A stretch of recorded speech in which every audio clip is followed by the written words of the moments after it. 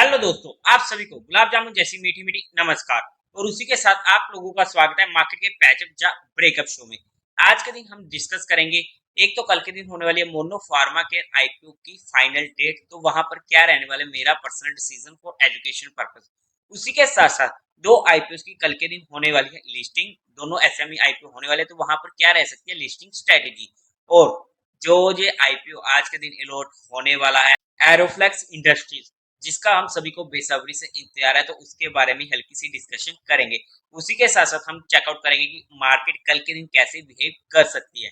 तो सबसे पहले अगर हम एफआईआई और डीआई डाटा की बात करते हैं आज के दिन की, तो एफआई ने 60 करोड़ की बाइंग करी है, वहीं पर डीआई ने 300 करोड़ की बाइंग करी है।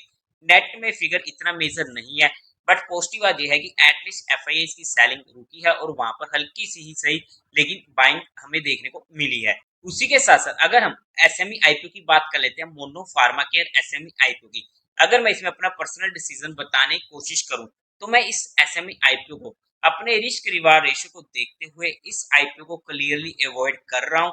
लेकिन ये मेरा पर्सनल डिसीजन होने वाला है, जो मैंने आप लोगों के साथ एजुकेशन पर्पस डिस्कस किया है कि मैं इस आईपीओ को अप्लाई नहीं करने वाला हूं। आप लोगों का जो भी डिसीजन हो, एक बार अपने फाइनेंशियल एडवाइजर से कंसल्ट करके ही कोई डिसीजन बनाइएगा। उसी के साथ साथ कल के दिन होने वाले दोनों एसएमई आईपीएस की लिस्टिंग, वोंडाटा इंजीनियरिंग और उसी के साथ साथ क्रॉप लाइफ साइंस की। पर्सनली क्रॉप लाइफ साइंस को तो हमने अप्लाई ही नहीं किया था, और अप्लाई ही नहीं किया था तो मिलेगा ही नहीं। लेकिन अगर मेरे पास ये आईपीओ होता तो मेरी इसमें सिंपल सी लिस्टिंग स्ट्रेटेजी रहने वाली थी कि जैसे ये आईपीओ लिस्ट होता है वहां पर मैं एग्जिट करने की कोशिश करता, बाकी सारे काम धंधे छोड़कर। बिकॉज एसएमई आईपीओ में हमें मिलने शुरू हो जाते हैं सर्किट्स, और अगर अपर सर्किट लगा फिर तो दिक्कत नहीं होती, लेकिन अगर लोअर सर्किट लगता है तो वहां पर हमें एग्जिट नहीं मिलेगा जब तक वो सर्किट नहीं टूटेगा। और कौन सा सर्किट लगेगा वो मार्केट को ही पता है, हम उसका कुछ भी नहीं बता सकते। इसलिए वहां पर मैं इसे इमीडिएट एग्जिट करने की कोशिश करता, ये मेरी पर्सनल लिस्टिंग स्ट्रेटेजी होने वाली थी। उसी के साथ साथ बोंडाटा इंजीनियरिंग एसएमई आईपीओ की अगर मैं लिस्टिंग स्ट्रेटेजी की बात करूं, तो जैसे ये आईपीओ लिस्ट होता है एटलीस्ट वहां पर मैं 80 से 90% क्वांटिटी को तो इमीडिएट बुक कर ही लेता, और बाकी अगर हमारा मन करता है एक अच्छा प्रॉफिट हमको मिल रहा है तो वहां पर 10 से 20% क्वांटिटी को ही मैं ट्रेल करने की कोशिश करता। लेकिन वो सिर्फ तभी अगर एक अच्छा लिस्टिंग है हमें देखने को मिलता है 80% के ऊपर का। बट पर्सनली मुझे ये आईपीओ अलॉट नहीं हुआ है, लेकिन अगर ये मेरे पास होता तो मेरी इसमें सिंपल सी यही लिस्टिंग स्ट्रेटेजी रहने वाली थी। लेकिन आप लोगों की जो भी लिस्टिंग स्ट्रेटेजी हो, एक बार अपने रिस्क रिवार्ड रेशियो को मेंटेन करते हुए अपने फाइनेंशियल एडवाइजर से कंसल्ट करके कोई डिसीजन बनाइएगा। उसी के साथ साथ अगर हम एरोफ्लेक्स इंडस्ट्रीज आईपीओ की बात कर लेते हैं कि कब तक आएगा इसका अलॉटमेंट स्टेटस, कि अब हमसे और इंतजार नहीं होता। देखो आईपीओ जितने भी अच्छे होते हैं ना, उनका जनरली जो भी आता है ये अलॉटमेंट स्टेटस या तो रात को 11 बजे के बाद आता है या फिर नेक्स्ट डे ही हमें देखने को मिलता है। लेकिन हमें टेंशन लेने की जरूरत नहीं होती, बिकॉज हम उसका कुछ नहीं कर सकते जब तक वो आईपीओ लिस्ट नहीं होता। बट दिल, इमोशंस, भावनाएं, ये चीजें हमारे कंट्रोल में ज्यादातर नहीं रहती है, तो हमें तो सर इसका अलॉटमेंट चाहिए। तो जैसे इसका अलॉटमेंट आ जाएगा मैं आप लोगों को टेलीग्राम चैनल पर अपडेट कर दूंगा। टेलीग्राम चैनल का लिंक आपको डिस्क्रिप्शन में मिल जाएगा, या फिर आप direct market love affair search करके वहां से भी ज्वाइन कर सकते हो।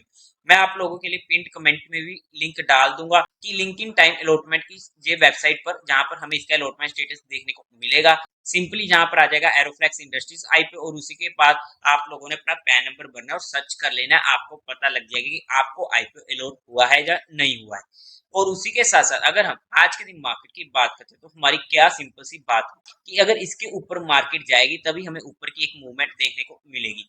अब मार्केट खुलती तो इसके ऊपर है लेकिन सस्टेन नहीं करती, इसलिए कहा है कि 15 मिनट की सस्टेनेबिलिटी एटलीस्ट इंपोर्टेंट हमारे लिए होने वाली है, और वहां से सीधा मार्केट नीचे को आती है और हमें एक मूव मिल जाती है। पर्सनली मैंने जहां पर कोई काम नहीं किया था, क्योंकि मैं जहां पर काम तभी करता अगर इसके ऊपर सस्टेन हो जाता, इसके बीच में मैं पर्सनली कोई काम नहीं करने वाला था। फिर से ये हमारे रेजिस्टेंस के पास आती है और वहां से फिर से एक बार मूव हमको ऑलरेडी मिल चुकी थी। मतलब कि अगर हमने काम किया है तो हमारे लेवल्स के अकॉर्डिंग 2 बार एंट्री जनरेट हुई है। अब अगर हम कल के मार्केट की बात करते हैं, तो उससे पहले हम ऑप्शन चेन डाटा को देख लेते हैं। अगर हम ऑप्शन चेन डाटा को देखते हैं तो हमें निचली साइड भी अच्छी पुट सेलिंग देखने को मिल रही है 90,300 के नीचे। सिमिलरली 90,300 के ऊपर भी हमें अच्छी कॉल सेलिंग देखने को मिल रही है।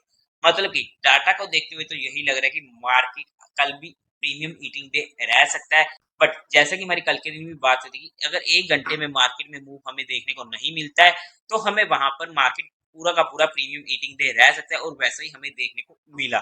अब अगर हम कल के लिए बात करते हैं, अगर मार्केट इस लेवल को तोड़ती है 19,300 का आप राउंड ऑफ में मान ले, 19,300 का आप राउंड ऑफ में मान लो और 15 मिनट की सस्टेनेबिलिटी हमें नीचे की साइड की देती है, तो हमें 19,250 टू 30 तक के लेवल देखने को मिल सकते हैं। हमारे पास स्पोर्ट मेजर रहेगी 19,234 की, जहां पर हम एक बार के लिए ऊपर की साइड के लिए अटेम्प्ट कर सकते हैं और जहां से हमें एक बाउंस की उम्मीद रहेगी।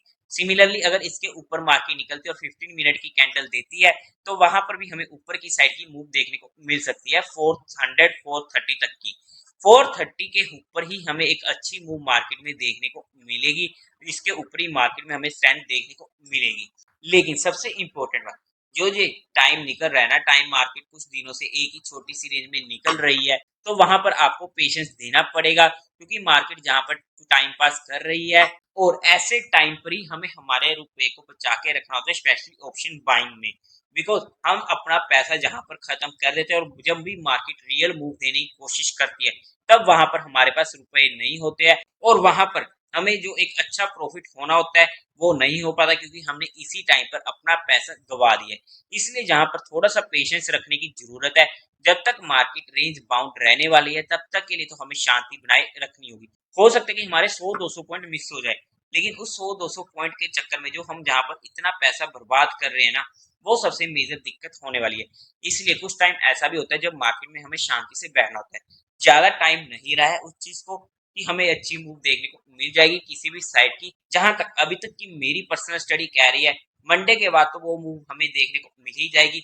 हो सकता है जहाँ पे वीरवार तक मार्केट टाइम पास कर जाए एक्सपायरी तक, उसके बाद फ्राइडे वीजा फ्राइडे रह सकता है, लेकिन मंडे से आपको एक अच्छी मूव मिलने की पूरी पूरी उम्मीद होने वाली है। और उसी के साथ साथ अगर आप लोगों को म्यूचुअल फंड में या इंश्योरेंस सेगमेंट में कोई भी हेल्प चाहिए हो या आपकी कोई भी क्वेरी हो, तो आपको डिस्क्रिप्शन में मेरा नंबर मिल जाएगा, आप मुझसे कांटेक्ट कर सकते हैं, आपकी क्वेरी को जल्दी से जल्दी सॉल्व कर दिया जाएगा।